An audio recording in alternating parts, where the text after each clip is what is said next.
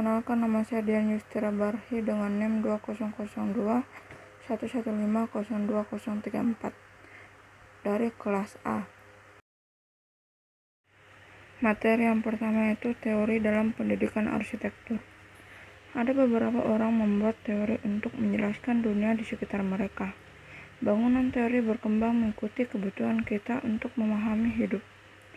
Filsafat dan agama adalah dua contoh dari hal ini, keinginan manusia untuk mengeksplorasi dan menjelaskan makna dalam dan arti hidup.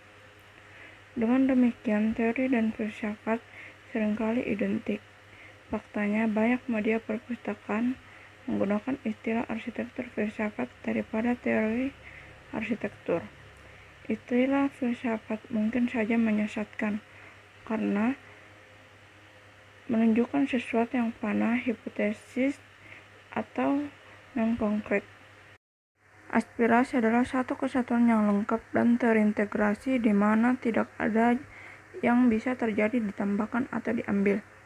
Ketika setiap arsitek mengejar aspirasinya, disiplin arsitektur berkembang. Teori arsitektur diubah oleh setiap generasi arsitek saat mereka memperdebatkan relevansi, prinsip, dan cita-cita mereka saat ini, dan sejarah yang pernah ada.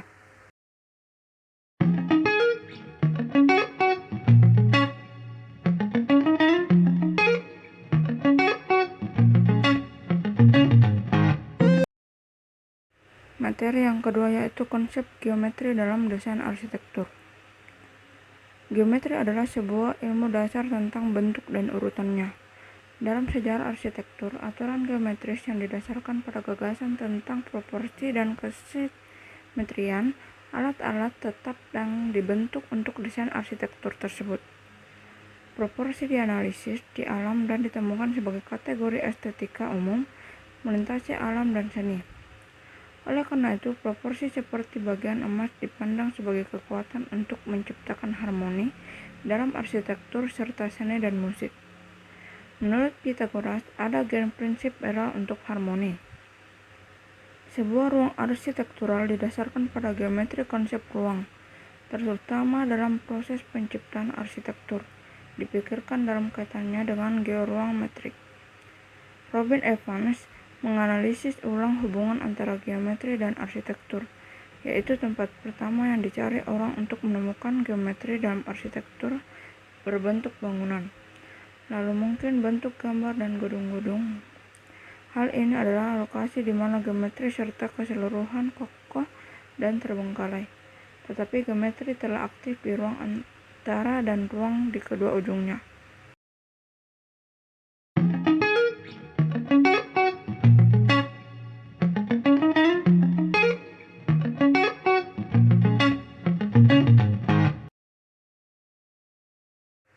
Materi yang ketiga adalah analogi dalam arsitektur. Teori arsitektur adalah hipotesa, harapan, dan dugaan-dugaan tentang apa yang terjadi bila semua unsur yang dijadikan bangunan dikumpulkan dalam satu cara, tempat, dan waktu tertentu. Teori dalam arsitektur sebagian besar lebih merupakan kegiatan yang merumuskan dan bukan menguraikan. Ada beberapa analogi dalam arsitektur, yaitu analogi biologis, analogi romantik, analogi linguistik, analogi mekanik, analogi pemecahan masalah, analogi bahasa pola, analogi dramaturgi. Hubungan analogi dengan suatu bangunan, tepatnya adalah bangunan Baruga Telkomsel. Baruga dalam bahasa Bugis berarti tempat berkumpul.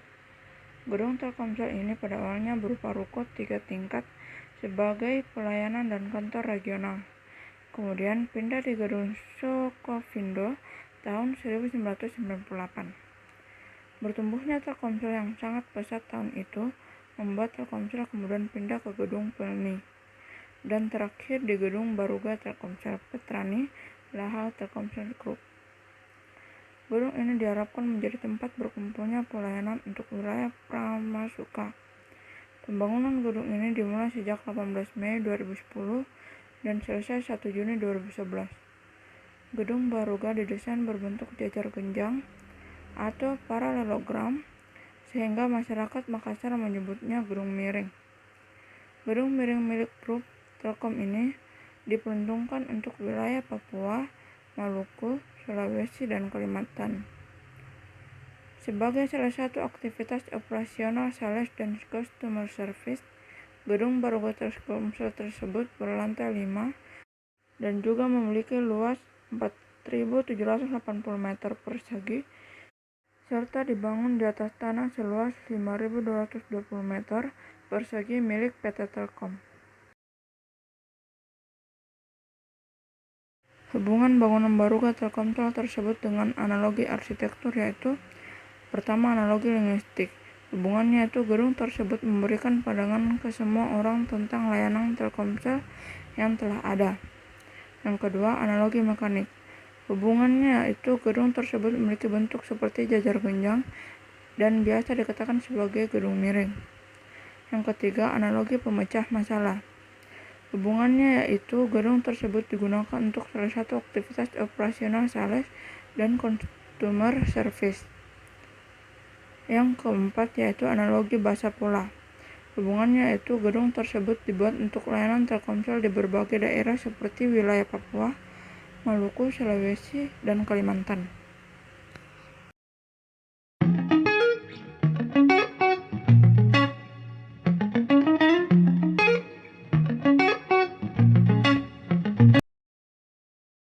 Demikianlah penjelasan saya. Sekian dan terima kasih.